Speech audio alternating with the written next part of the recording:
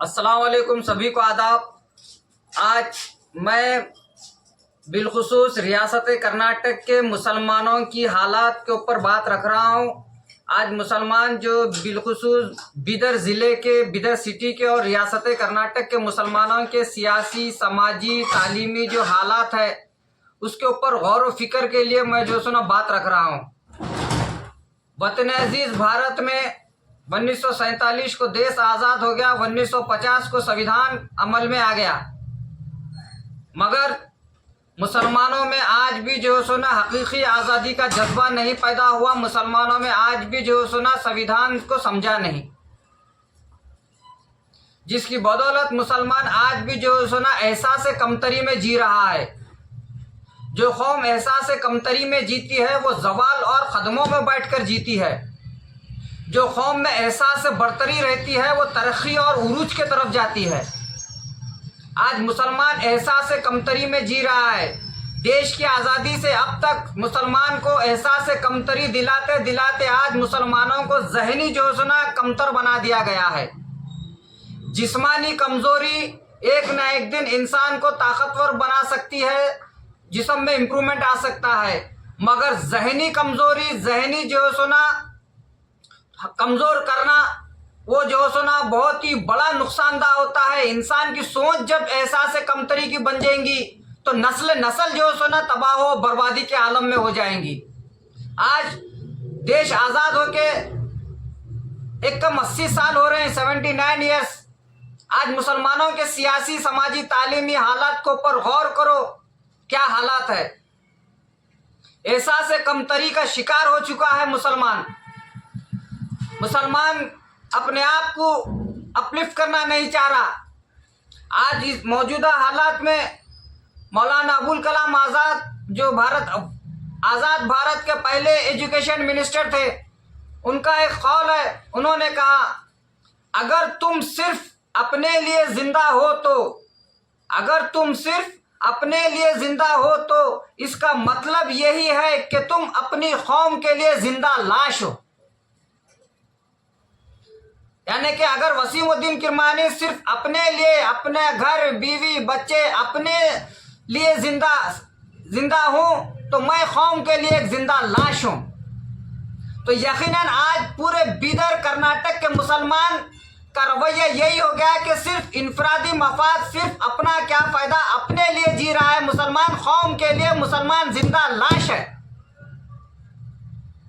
मैं बेदार करना चाहता हूं मैं इस मैसेज से, उठो, ख्वाब गफलत से जागो, जिंदा लाश से उठ के इंसान अब हम जिंदा हैं बोल कर सबूत दो।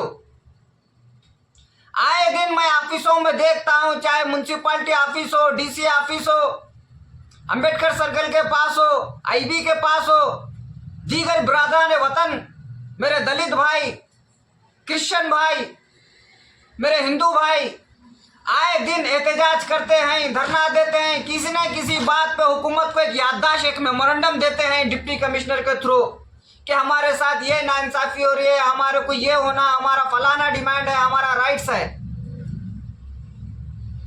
ये जिंदा होने का सबूत है ये। मगर अफसोस के मुसलमान सालों हो जाती मगर एक रैली नहीं निकालता, एक जलसा नहीं करता। अंबेडकर सर्कल पे आए दिन दलित भाई साल में 25 जलसे करते हैं, मगर मुसलमान सालों गुजर जाती एक जलसा नहीं करता। इसका मतलब क्या है? जिंदा लाश है मुसलमान। कब तक जिंदा लाश बन के रहेंगे? कब तक इनफरादी मफादात के अंदर हम गुमराह हो जाएंगे? याद रखो, जो कौम इनफरादी मफादात में मुब्तला हो जाती है वो कौम जवाल की तरफ होती है, और मुसलमान इस वक्त जवाल में जी रहा है। देख लो सियासी हालत क्या है।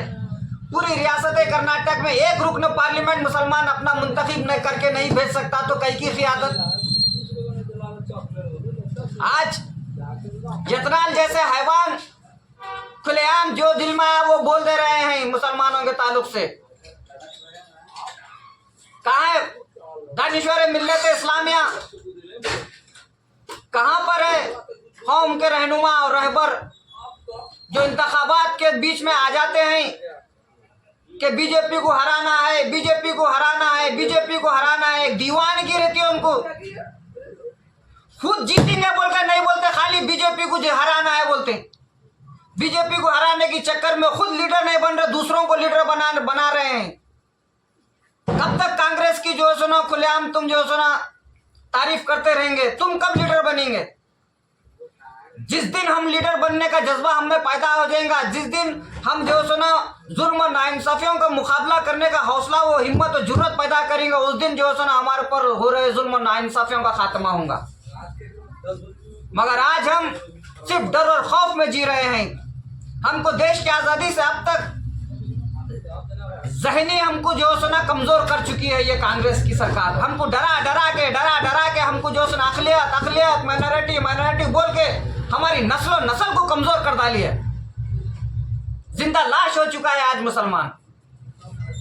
आज मुसलमानों की मोहल्लों में बस्तियों में एक जलसा नहीं होता, सालों साल हो जाते हैं। कौन इसका जिम्मेदार? जब जलसे नहीं होंगे, जब कौम के अंदर जो सुना कौम की तारीख नहीं मालूम होंगी, जब कौम के अंदर देश में क्या हो रहा है उसकी बात नहीं होंगी, जलसे नहीं होंगे, रैलियां नहीं होंगे, हो रहे कौम पे नाइंसाफियों की मुतालबा हुकूमत तक नहीं पहुंचाएंगे, तो कैसा कौम जिंदा रहेगी, कैसा कौम की तरक्की होगी? यकीन मानो जो लोग जिंदा हैं उन्हें जिंदा होने का सबूत देते हैं। हमको भी उठकर जिंदा हैं बोलकर सबूत देना है। आज रियासत कर्नाटक के अंदर पहले शादी भाग्य स्कीम थी, बंद हो गई थी, अब उसको चालू करे, मगर सिंपल मास मैरिज असिस्टेंट बोल के चालू हुई। उसके अंदर इज्तिमाई निकाह की शर्त रखी गई, अगर इज्तिमाई निकाह करे तो 50,000 का बेनिफिट मिलेगा, अगर इज्तिमाई निकाह नहीं करेंगे तो 50,000 नहीं मिलेंगे।